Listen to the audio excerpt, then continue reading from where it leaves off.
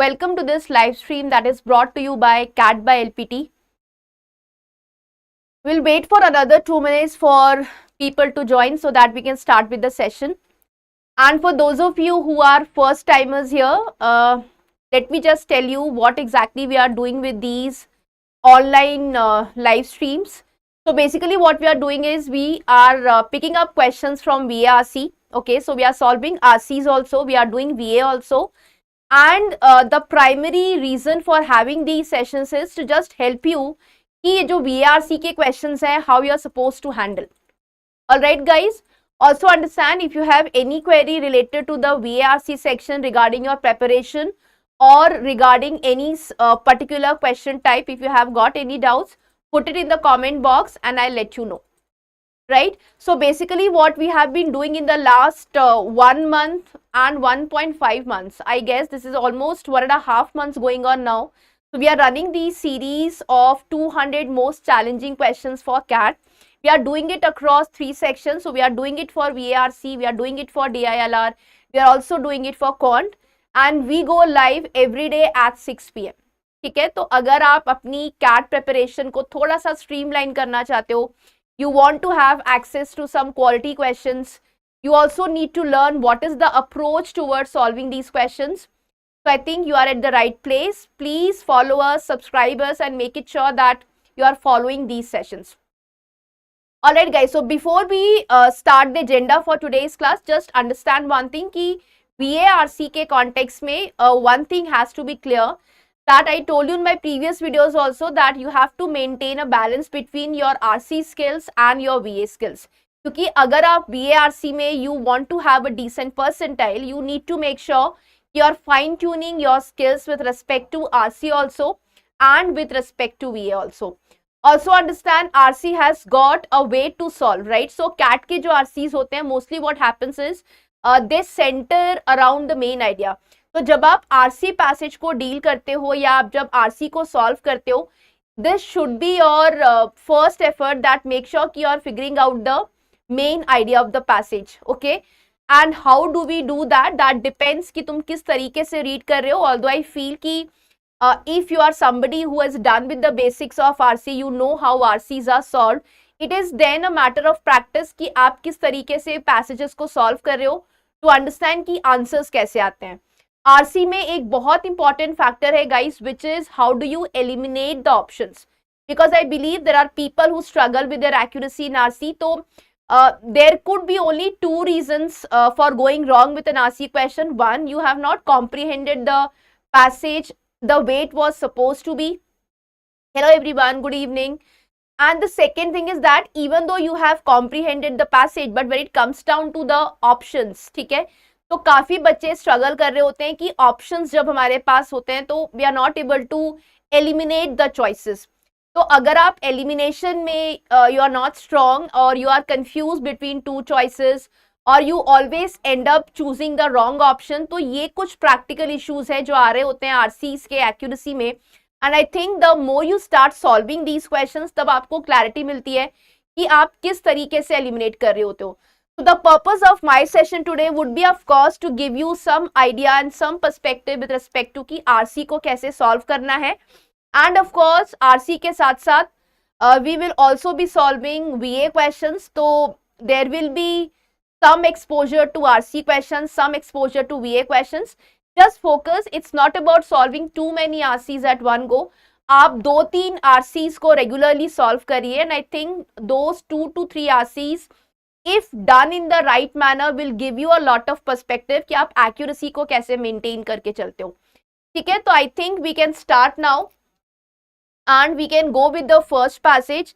Guys, if you find this stream to be useful, if you find that this is worth your time, please do give a like to this and share it with people who will benefit out of this session. ठीक है, तो let us get started. Let's start with the passage. So yeah, here is the passage guys. Please read it on your own, try to comprehend it. उसके बाद हम साथ में solve करेंगे. We will be looking at the main idea, we will be looking at the other key ideas that is presented in the passage, and then we will talk about solving the questions. Alright, so please start solving. Here is the passage. Just start reading this.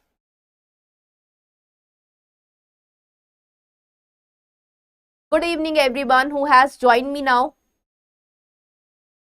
Here is the first paragraph, guys. Just read it through.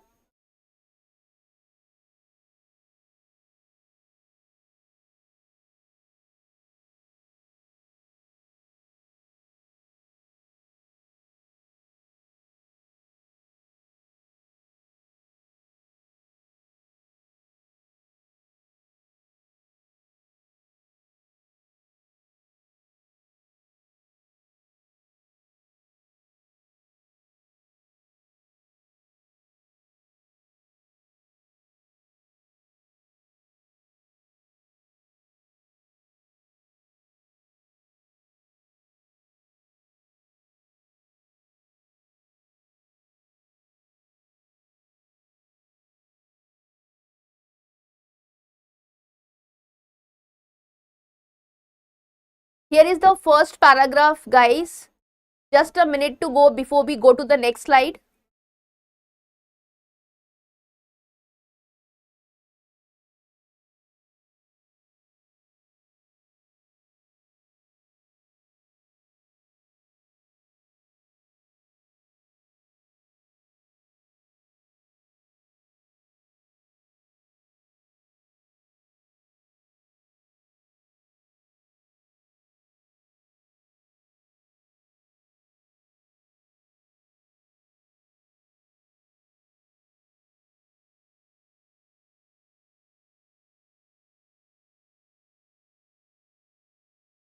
I hope you have read the first paragraph. Let's go to the next one.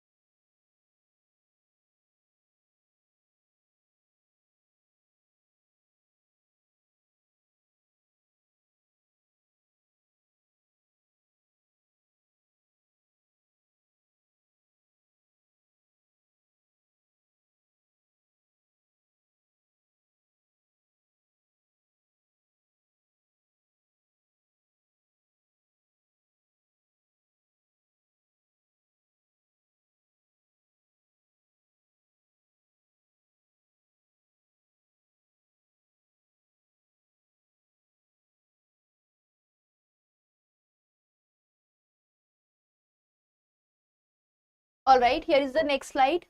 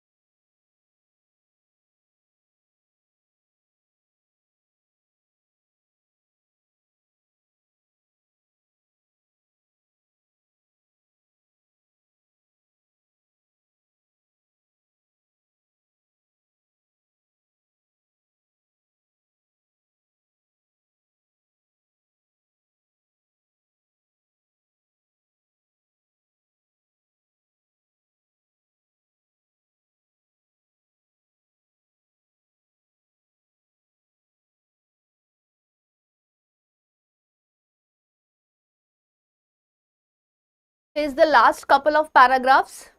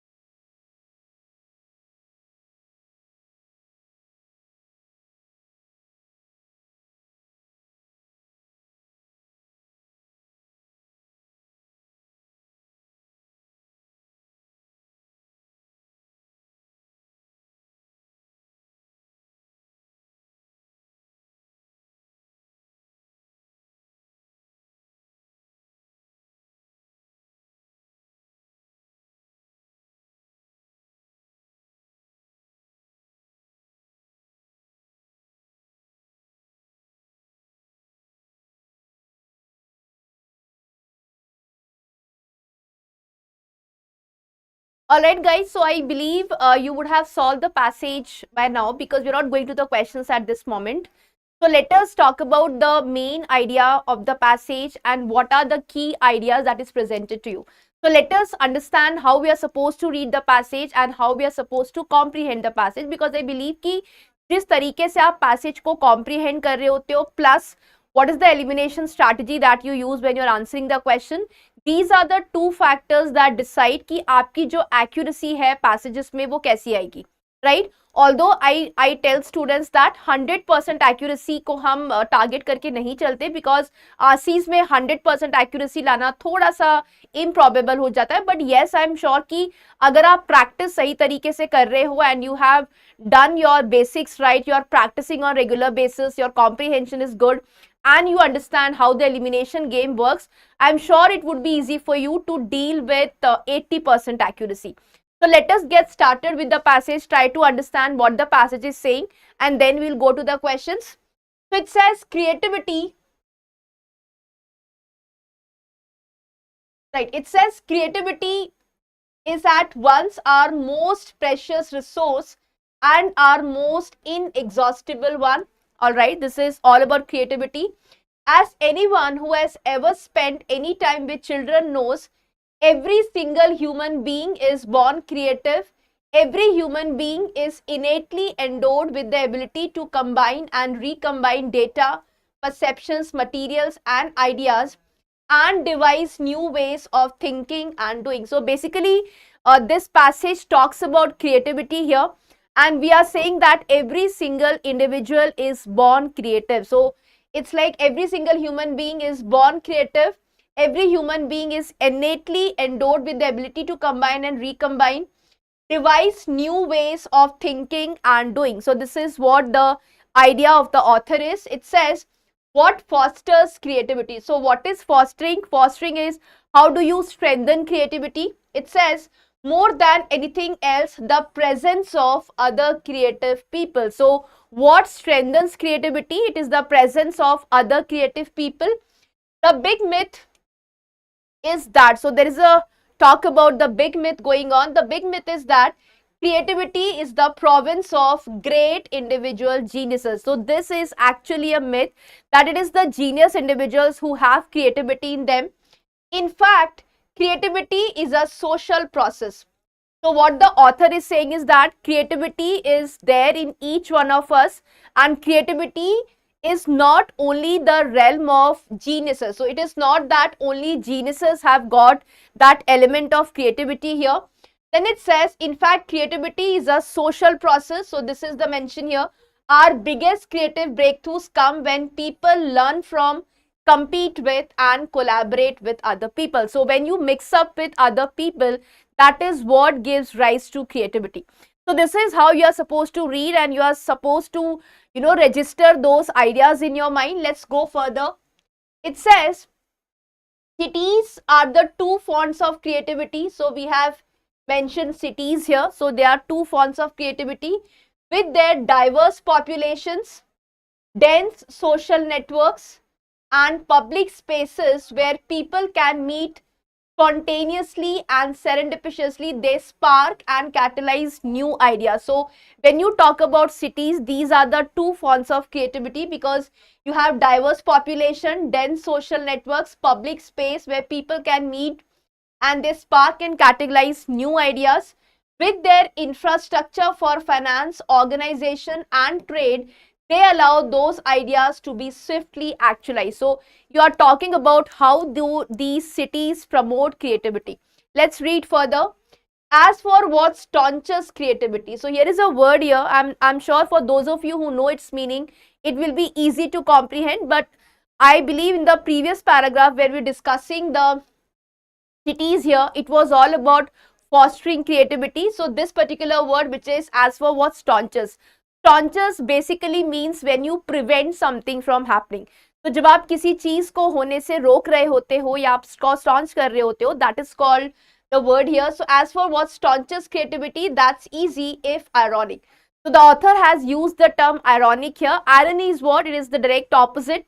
It says it is the very institutions that we build to manage. So what staunches creativity or what hinders creativity? It is basically, if ironic, it says it is the very institutions that we build to manage, exploit and perpetuate the fruits of creativity. It says are big bureaucracies and, sad to say, too many of our schools. ठीक है, तो जिन organisations को creativity को promote करने के लिए बनाया गया है, these are the very institutions जो उसको स्टॉन्च कर रहे होते हैं या प्रिवेंट कर रहे होते हैं. Creativity is disruptive. Schools and organizations are regimental, standardized and stultifying. So creativity is something that is disruptive by its nature. On the other hand, when you talk about schools and institutions, these are standardized, these are regimented, and this is stultifying. Stultifying in the sense that it hinders the growth of creativity. So these are the ideas that we are looking at. Let's read further. The education expert Sir Ken Robinson points to a 1968 study reporting on a group of 1600 children who were tested over time for their ability to think out of the box way. So we are talking about measuring creativity here. When the children were between 3 and 5 years old, 98% achieved positive scores. When they were 8 to 10, only 32% passed the same test, only 10% at 13 to 15. When 2,80,000 25-year-olds took the test, just 2% passed.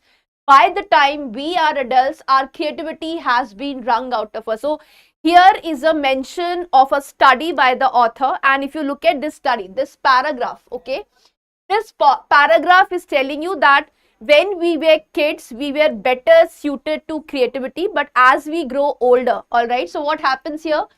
When 2,80,000 25 years took the test, just 2% passed. By the time we are adults, our creativity has been wrung out of us. So we are devoid of creativity by that manner. So as we grow older, the effect of creativity subsides, right? I once asked the great urbanist Jane Jacobs what makes some places more creative than others. So there is a mention of this person, Jane Jacobs. And what the author is saying is, what makes some places more creative than others? He said. So here is an answer to that question. That question was raised here. So here is an answer. It says that the question was an easy one. All cities, she said. So what was the final answer given? It says, she said all cities were filled with creative people. That's our default state as people. So as a default state of people, we are all creative. So each one of us and all of us have got that element of creativity in us. But some cities had more than their shares of leaders, people and institutions that blocked out that creativity. So here is a mention of an idea here which says that, but some cities had more than their shares of leaders, people and institution that blocked the creativity. She called them sequelchers. So when you talk about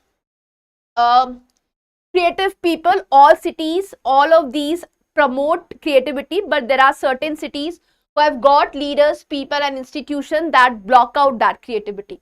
Let's read further towards the end. It says creativity or the lack of it follows the same general contours of the great socio-economic divide, our rising inequality that plagues us. Okay, so we are talking about rising inequality here, and we've also said that creativity follows the same general contours of the great socio-economic divide. According to my own estimates, roughly a third of us across the United States and perhaps as much as half of us in our most creative cities are able to do work which engages our creative faculties to some extent. So here is an analysis that is being made here. To some extent, whether as artists, musicians, writers, techies and innovators, entrepreneurs, doctors, lawyers, journalists and educators. So this is all about that you are using that creative element in jobs. Now it says what? Those of us who work with our minds. So we have this creativity element coming into the picture. That leaves a group that I term the other 66% who toil in low-wage, rote and rotten jobs, if they have jobs at all, in which their creativity is subjugated, ignored or wasted. Right? So there is some class of people which is been made of that creativity element that they use in their work. There are other percent of people which does not make use of creativity at all. So even if they have got their creativity subjugated, ignored, or it is wasted, creativity itself is not in danger. Look at the way the author is coming to a conclusion to this passage. So he says creativity itself is not in danger. It is flourishing. Its flourishing is all around us in science and technology, arts and culture, in our rapidly revitalizing city. So what the author is basically saying is that it's not that creativity is in danger. It's not in danger. It is flourishing. But again, you have a transition word here. We still have a long way to go if we want to build a truly creative society that supports and rewards the creativity of each and every one of us. So this is how you are supposed to read the passage, and most precisely I feel that if you are able to figure out the main idea of the passage, so what exactly is being talked about, and you are able to follow some key ideas which is mentioned in the rest of the paragraphs, and if you can just go to the questions and use the elimination method, I'm sure कि वो जो 60 to 80% की accuracy है जो हम RCs में expect कर रहे होते हैं, that can be easily achieved. So whatever we have read so far, that's there. We have just registered those points. Let's look at the questions and try to understand कि on the basis of our understanding, how are we supposed to answer the questions. So keep these things in mind. Let's go to the questions now. Yeah, here is the first question. For those of you who are solving it along with me, just have a look at this question. Try to come up with your answer, and then we will understand how do we go about the elimination process and how do we figure out the answers to the RCs. So here is the first question, guys.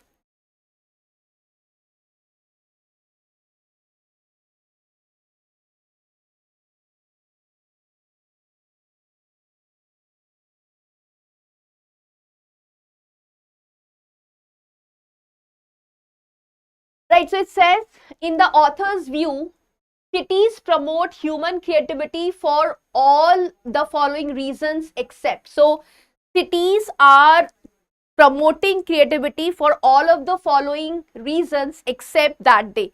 So try to answer this question.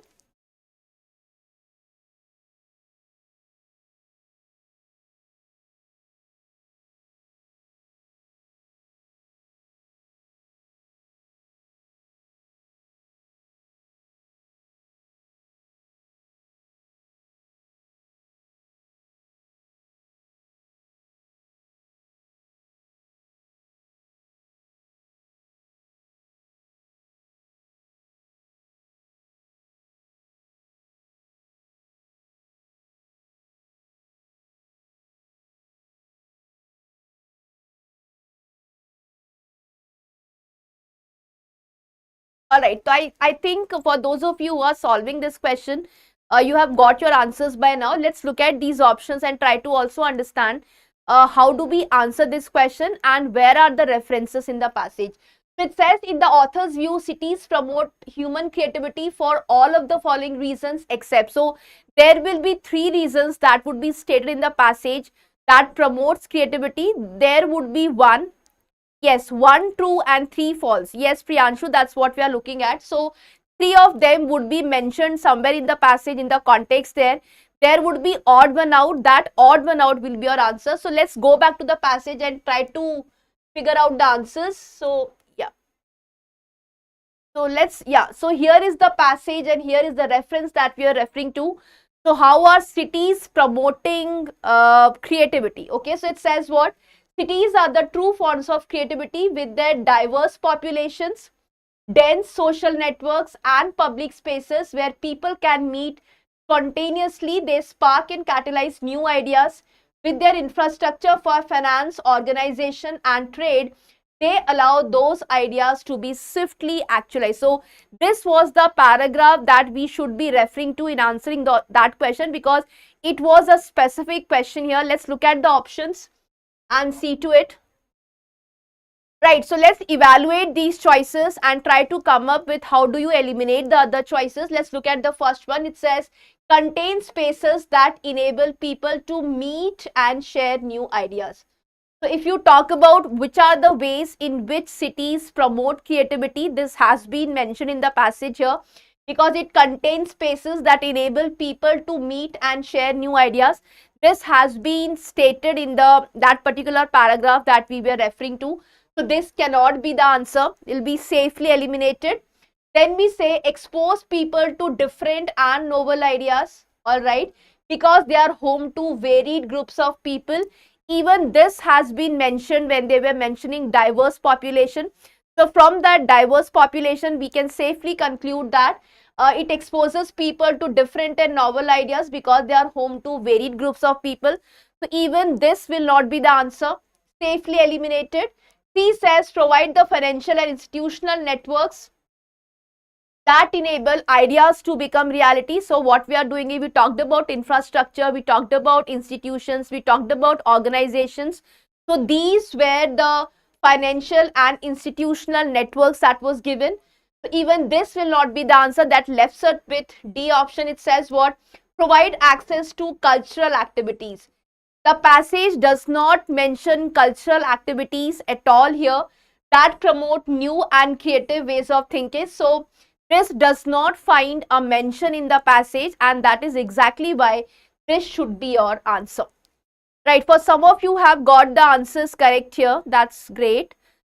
It's just that if you have read that particular paragraph decently, you would have figured out कि ये जो तीन options हैं that was mentioned in the passage, this is fourth one which defines no reference in the passage here, and that is why this becomes the answer. So if you have got any doubts, you can just go back to the paragraph that we were referring to, read it along, and I'm sure you will be fine to go with the answers. Let's go to the second question now.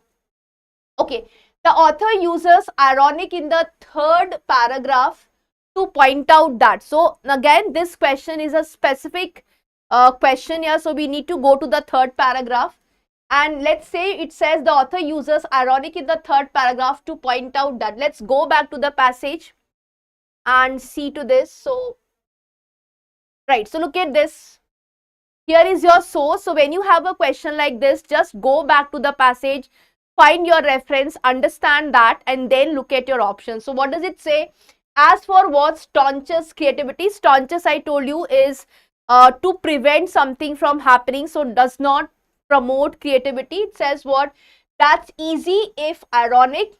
So what is irony here? It says it is the very institutions that we build to manage, exploit and perpetuate the fruits of creativity are big bureaucracies, and sad to say too many of our schools. So it is these institutions, the very institution that we made to promote creativity are actually hindering it. So what staunches creativity? It is the very institutions that we have made to promote creativity are actually stifling it. Okay, so it is staunching, something that prevents something from happening.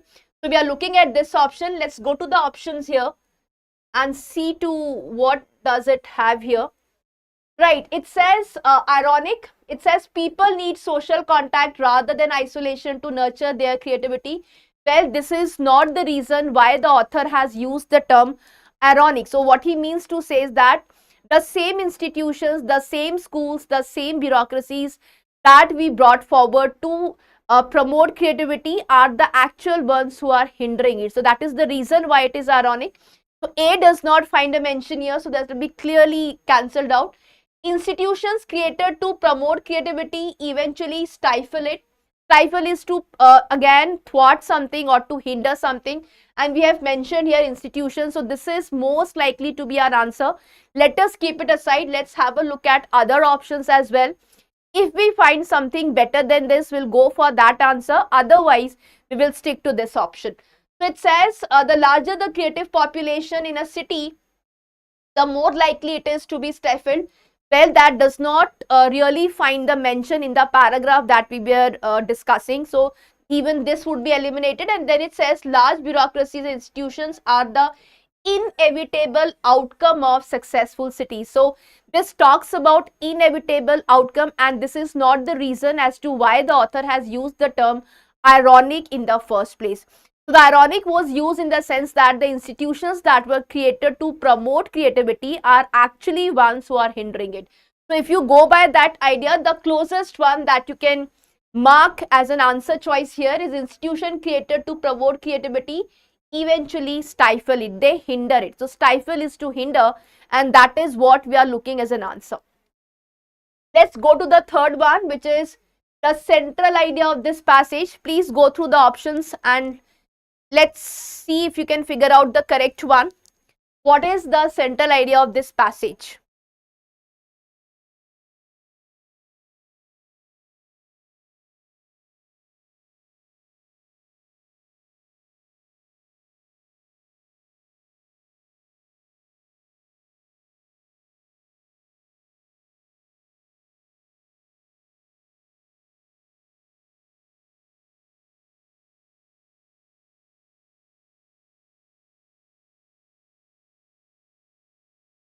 Okay, let us evaluate what these options are saying. Now, guys, I'm sure you would have understood that when we were discussing this passage, we looked into some important ideas that was discussed throughout the passage. Keep that in mind. I'm hoping you have solved the passage along with me, so you will have a reference. So, where are the ideas located and where is the sequencing here? So, let's look at this question. It says the central idea of this passage. So, we are looking at the main idea, the primary purpose, or the central idea. A says social interaction is necessary to nurture creativity. Well, the way this passage started was all about how cities are promoting creativity. So if you refer to that particular paragraph, you would have understood that we did talk about the fact that social interaction is needed. And of course, in the first paragraph, the author has said that creativity is a social process. So it is something that gets highlighted when you have a social interaction. So this is absolutely making sense. Let us keep it aside. Let us check other options as well. What does B says? It says creativity and ideas are gradually declining in all societies. So look at this one, the way the passage ended. So if you look at the conclusion of the passage here, so look at the way the author has concluded. So it says creativity itself is not in danger. It is flourishing in all around us in science and technology and so on. So when the author comes to a conclusion, he has concluded by saying that creativity is not in danger. So if you look at this option here,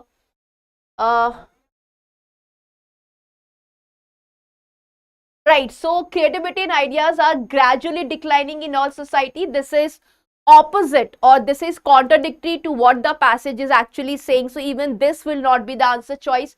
It can be safely ruled out. Third says the creativity divide is widening in societies in line with socio-economic trends. Although this point does find a mention in the passage, but this is not the main idea. So this is not the focus of the passage, although it does find a mention. So widening in societies and socio-economic trends. So this is not why the author has written the passage. So although it does find a mention, but it fails to be the main idea of the passage, because this is not what is being discussed throughout the passage. So this will be cancelled out. And D says more people should work in jobs that engage their creative faculties. This is just one specific point that was mentioned somewhere in the passage, but this is not the entire idea that the author is discussing from the beginning till the end. So when you talk about the main idea, it is something which has a pervasive value that it is discussed throughout the passage. So if there is an option, we just really cancelled out. If you have an option that is discussed throughout the passage, then it is social interaction is necessary to nurture creativity.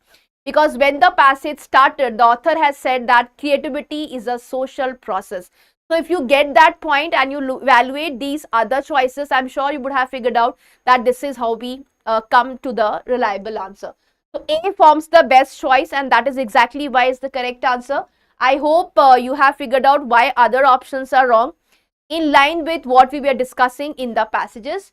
Let's go to the next question, which is again, it says Jane Jacobs believe that cities that are more creative. So there was a reference to Jane Jacobs in the passage. Try to read out these options and see if you can figure out the idea. Yes, Priyanshu, central idea and main idea are same. So this is just two different names for the same thing. Guys, please understand the primary purpose of the passage, the main idea and the central idea are just different names for the same concept. So you can have variations there.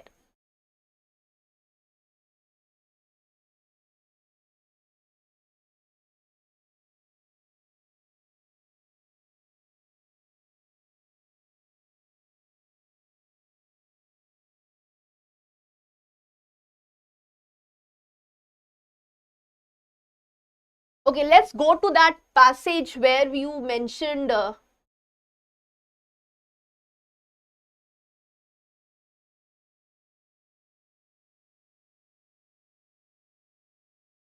right. So you have your reference here. Just read it through for your better understanding. So here is the reference that we are looking into.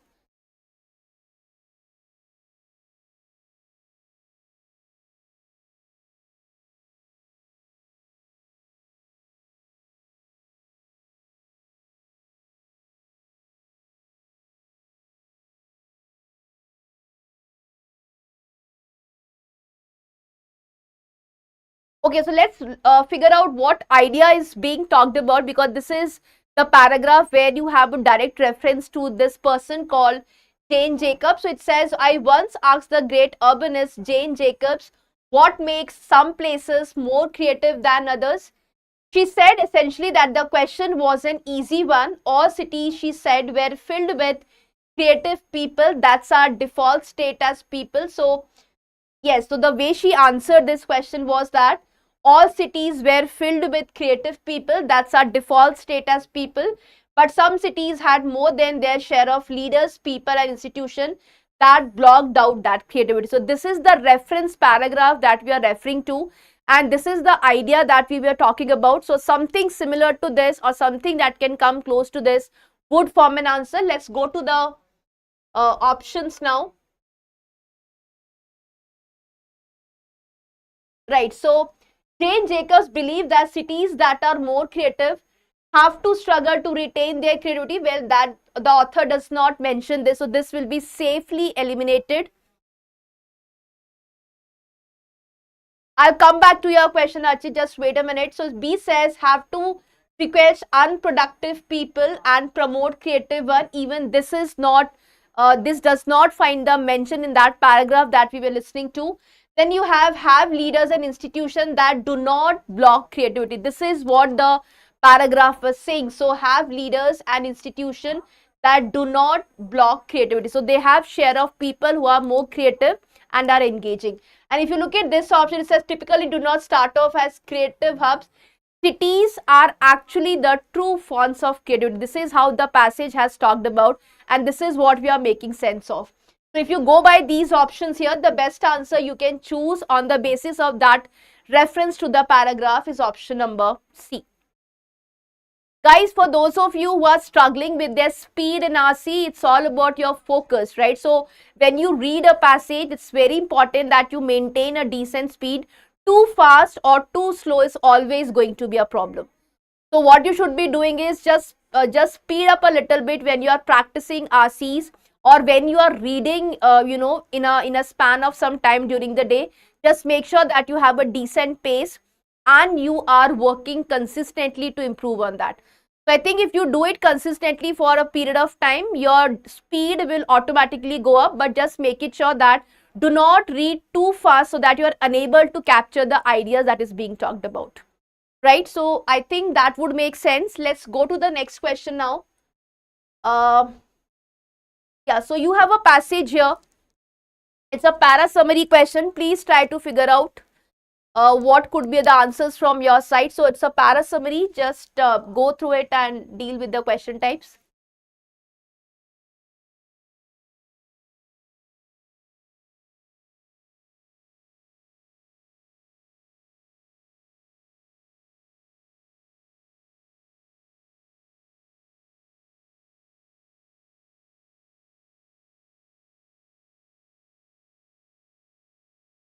For those of you who are solving this question along with me, I hope you are watching it from the beginning. If you fail to do that, please watch the video again. Pause it wherever you find something relevant to your preparation.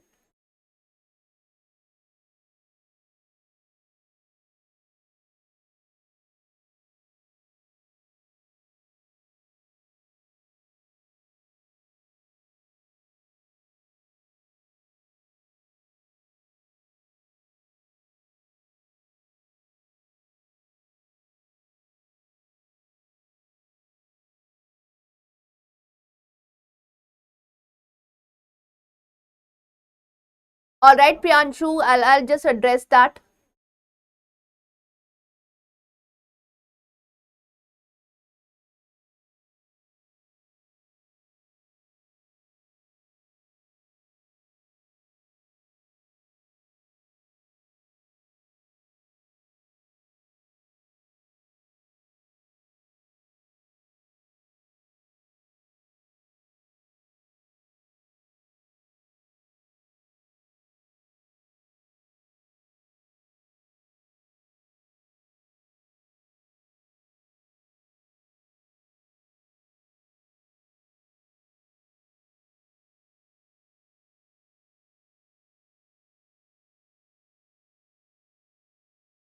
Alright guys, so let's talk for a minute regarding para-summary questions. Now when you say para-summary questions in CAT, understand one thing, para-summary question is a kind of a mini RC, right? So you have a short paragraph from which you have to figure out the essential detail, or which is known as the gist of the passage, the most important detail or information or something that is called as the essence of the paragraph. So that has to be figured out.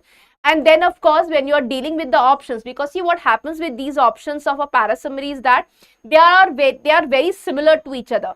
So you might have one or two words which changes here, and that makes a lot of difference in terms of what your options are correct here and which one are not correct. So when you are dealing with a para summary question, the first important aspect is that you have to figure out what is the gist or the essence of the passage, and then it's all about looking at the options and eliminating those choices.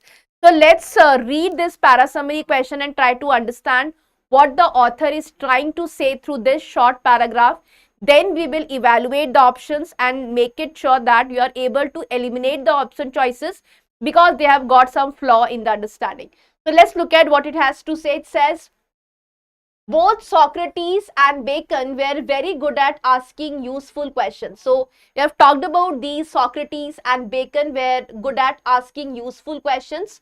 In fact, Socrates is largely credited with coming up with a way of asking questions, the Socratic method, which itself is at the core of the scientific method popularized by Bacon. So there is a similarity in terms of way of asking questions between Socrates and Bacon.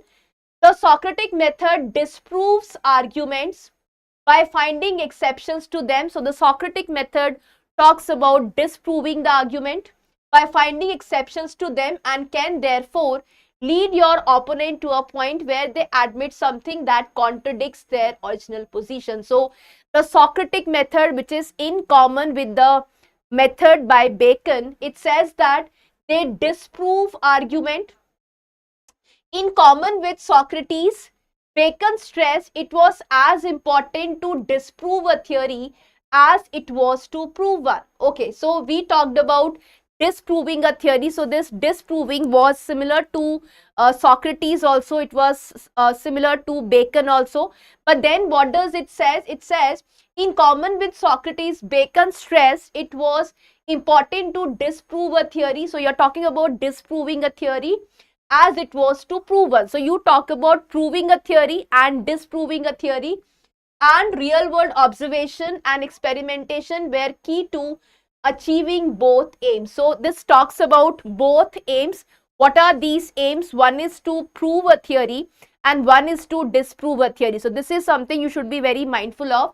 It says experimentation were key to achieving both aims.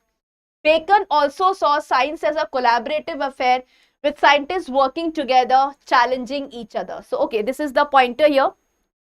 So, once you have understood the essence of the paragraph, the next important step is how do you look at the options? So, let's look at the options. It says, both Socrates and Bacon advocated clever questioning of the opponents to disprove their arguments and theories. So, this talks about Socrates and Bacon, but it also talks about the fact that it's about disproving their arguments and theories. So it does not talk about proving one.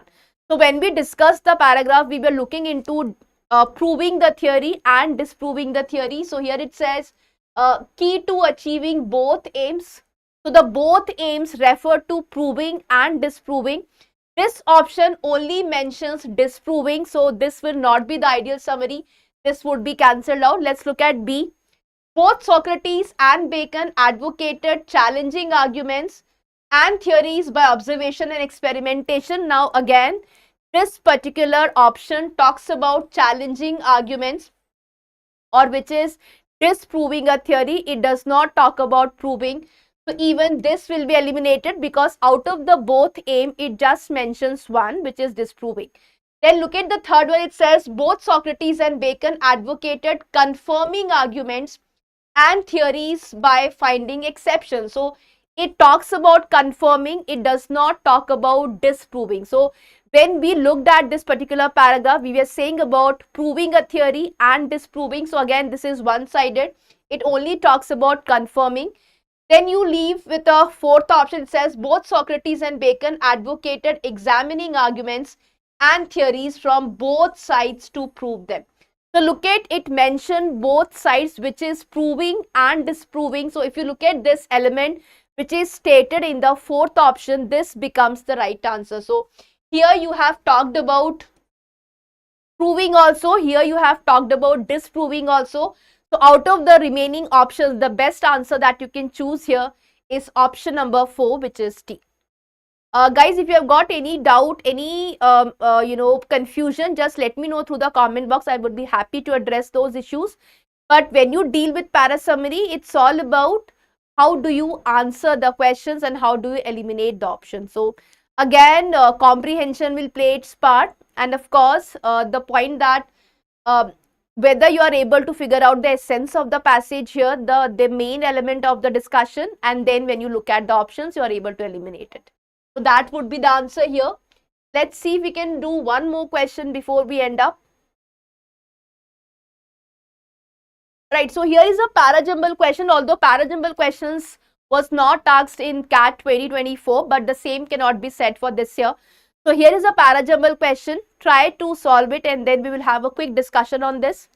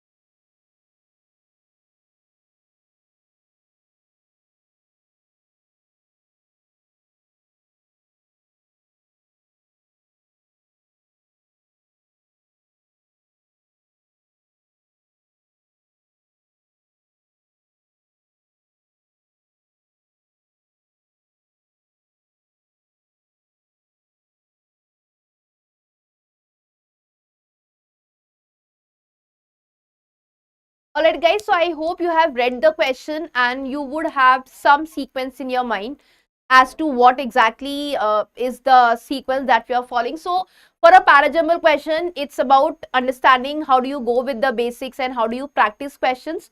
So one thing is of course that you have to figure out the opening statement, you have to look for a mandatory pair, and you also have to look for something that can conclude the statement. So let's read out this question and see to it whether we can arrive at an answer. So it says it is the factor that makes it difficult for human to distinguish between good and evil personalities. So once you read this statement, look at this line, this mention, it says it is the factor. So maybe during these 4 to 5 sentences, in a certain sentence, we might be referring to some factor. We will deal with it later.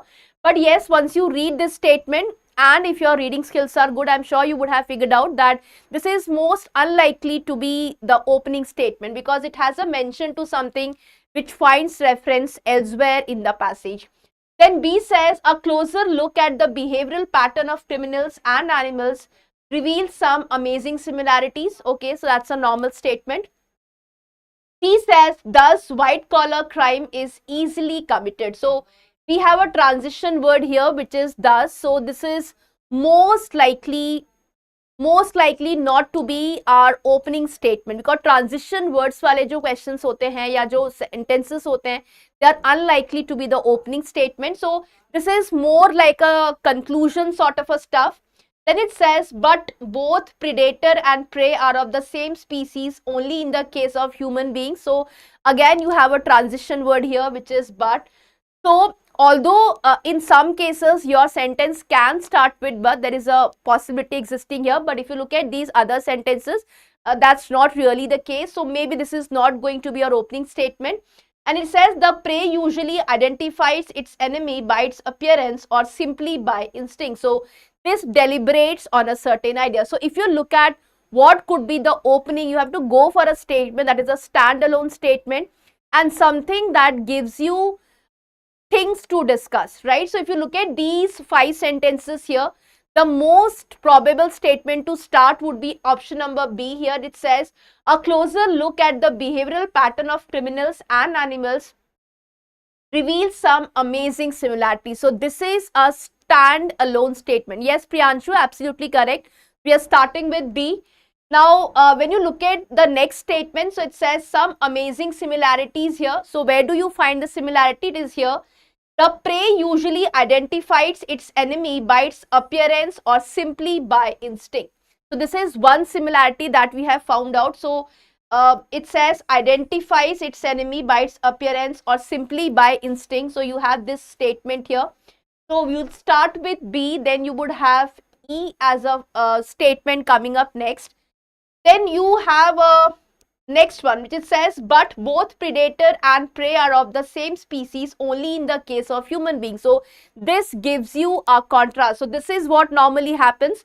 This gives you a contrast. So there is a contradiction that is being talked about. So E and D forms a pair, and because it says predator and prey are of the same species only in the case of human beings, you have a reference to A here. It is said it is the factor, right? So this is what the factor was referring to. It is the factor that makes it difficult for humans to distinguish between good and evil personalities, and because it makes it difficult for human to distinguish between good and evil personalities, that is the reason white collar crimes is easily committed. So this is how we will have to form the sentences. You have to relate those ideas and you have to make sure that they gel along. So if you look at the sequence, it will be B which will start, followed by E and D. So here is a contrast that comes here. D also gives you the factor. It says what? Predator and prey are of the same species only in the case of human beings. So D and A forms a pair and you will conclude with C. So this is B, E, D, A, C.